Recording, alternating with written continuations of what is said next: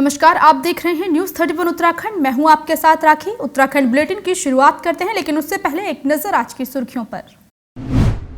उत्तराखंड में आज रियायतों के बाद खुले बाजार खुलने से लोगों में राहत।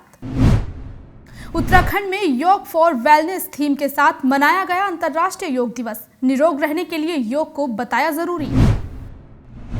पिथौरागढ़ में मानसूनी बारिश ने मचाई भारी तबाही। जिले की घाट और सेराघाट सड़क पर मलबा आने से टूटा संपर्क। हल्द्वानी में वैक्सीनेशन नहीं हो पाने से युवा हैं परेशान। 2 महीने बाद आ रहा स्टॉक बुक होने पर नंबर। हल्द्वानी में डॉक्टर सुशीला तिवारी राजकीय चिकित्सालय में काम कर रहे एमबीबीएस इंटर्न्स डॉक्टर्स का अपनी मांगों को लेकर रामपुर रोड के राजकीय मेडिकल कॉलेज में धरना प्रदर्शन जारी है। इस दौरान एमबीबीएस इंटर्न डॉक्टर्स का कहना है कि वे पिछले 4 दिनों से कैंडल मार्च कर रहे हैं, लेकिन उनकी मांगों को अब तक नहीं सुना गया है। उन्होंने कहा कि सरकार की ओर से इंटर्न्स डॉक्टर्स को 7,500 रुपए वेतन दिया जा रहा है, जबकि कोरोना काल में बढ़ती महंगाई के बीच इस वेतन से काम चलाना मुश्किल हो रहा है। आज हमारे हड़ताल का 5वां दिन है और हम लगातार 4-5 दिनों से जो है हड़ताल कर रहे हैं। फिर भी जो है गवर्नमेंट हमारी मांगों की तरफ कोई सकारात्मक रुख नहीं है। गवर्नमेंट का कोई हमारी तरफ से कोई गवर्नमेंट को हमने इतने ज्ञापन दे दिए हैं, पिछले 1.5 महीने से दे रहे हैं कि हमारा जो है इंटर्न का जो स्टाइपेंड है वो 7,500 रुपये है, जो सबसे कम है। 250 रुपये मजदूरी, लगभग इतनी ही मजदूरी जो है मनरेगा में मिल रही है। तो हम लोग क्या उनसे भी गए गुजरे हैं। हम कोविड में काम कर रहे हैं, हम लोग एटलीस्ट हम 12-12 घंटे काम कर रहे हैं बिना किसी उसके। पिछले महीने भी इन्होंने आश्वासन दिया था कि मांगों पर विचार करेंगे, तो हमने पिछले महीने कोरोना का इतना ज़्यादा कहर था देश भर में, इसलिए हमने आगे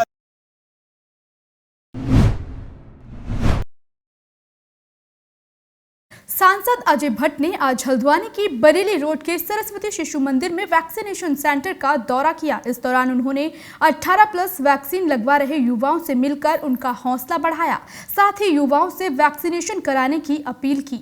उन्होंने कहा कि वैक्सीनेशन कराने के बाद बाकी बचे हुए लोगों को भी वैक्सीनेशन केंद्र पर भेजें, जिससे कि कोविड-19 संक्रमण के प्रसार को रोका जा सके। उन्होंने कहा कि वैक्सीन ही एकमात्र बचाव है जिससे कोविड से बचाव किया जा सकता है, इसीलिए समूह के साथ जन जागरूकता अभियान चलाकर वैक्सीन लगवाने के लिए लोगों को प्रेरित करें।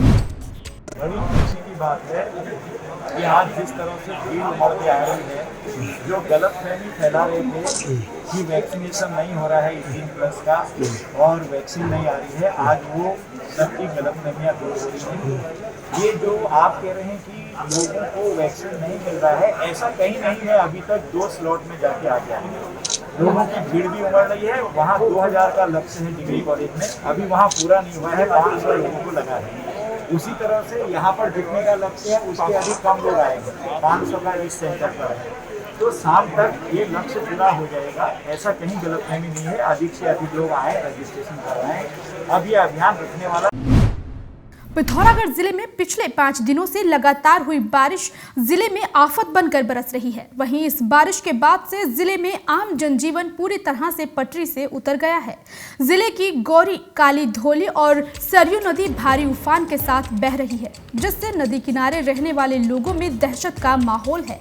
साथ ही बारिश के बाद आए मलबे से जिले में आवाजाही पूरी तरह से ठप हो गई है, जिससे अब राशन, गैस और जरूरी चीजों की किल्लत लोगों को परेशान कर रही है। वहीं सड़कों पर मलबा आने से कई लोग रास्तों में फंस गए हैं। वहीं जिलाधिकारी की ओर से फंसे लोगों को निकालने के लिए राज्य सरकार से हेलीकॉप्टर की मांग की गई है,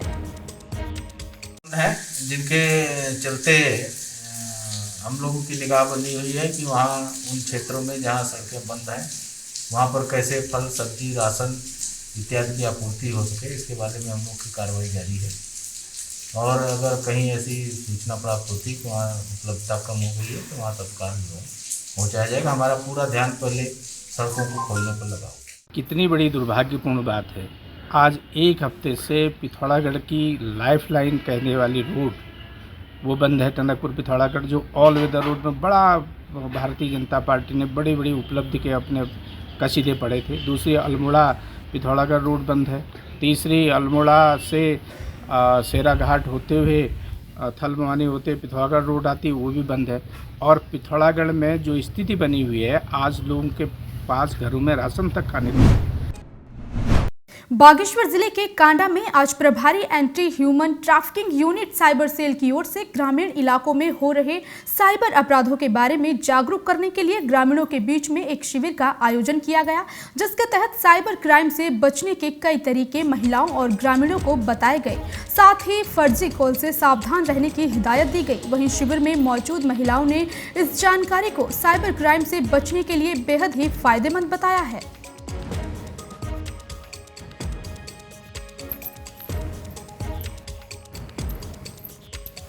एसपी सर के दिशा निर्देशन में जनपद बागेश्वर से साइबर सेल प्रभारी आदेश रावत यहाँ के कांडा क्षेत्र के पब्लिक को, माता बहनों को साइबर से रिलेटेड जो भी ऑनलाइन फ्रॉड चल रहे हैं इस संबंध में, जैसे ATM लॉक होने के संबंध में सूचना आने पर या फिर खाता लॉक कर दिए जाने की फ्रॉड का कॉल आने पर उनके द्वारा शेयर किया जा रहा था। तो इस संबंध में जागरूक करने के उद्देश्य से ये शिविर का आयोजन किया था। मैं सविता नगर कोठी आज बागेश्वर से पुलिस अधिकारी महोदय की टीम यहाँ कांडा में पहुँची, जिन्होंने हमें समस्त महिलाओं को यहाँ पे एकत्रित हुए और जिन्होंने हमें यहाँ साइबर अपराध के बारे में जानकारी दी और साथ ही मानव तस्करी के बारे में जानकारी दी और बहुत सी जानकारियाँ दी, जिससे आज युवा पीढ़ी नशे की गिरफ्त में हो रहे हैं और युवाओं का भविष्य अंधकारमय है और आने वाला समय युवाओं के लिए मतलब बहुत ही खतरा बना हुआ है। ह्यूमन ट्रैफिकिंग सेल प्रभारी हूँ। हम लोग जो है भिक्षावृत्ति, मानव तस्करी, बलात् विवाह, बलात् श्रम और ड्रग्स तस्करी इसके संबंध में लोगों को जागरूक कर रहे हैं और हमारा ये मिशन है कि इस प्रकार के भी जो भी अपराध हैं समाज में जागरूकता के अनुसार ही खत्म होंगे। इसलिए हम लोग जो है हर गांव-गांव, क्षेत्र में जाकर जागरूकता अभियान चला रहे हैं, जिससे लोग जागरूक होंगे। फिलहाल आज के बुलेटिन में बस इतना ही। बाकी की खबरों को देखने के लिए आप बने रहिए न्यूज़ 31 उत्तराखंड के साथ। नमस्कार। उत्तराखंड से जुड़ी तमाम खबरों को देखने के लिए हमारे चैनल को सब्सक्राइब करें और बेल आइकन दबाना ना भूलें।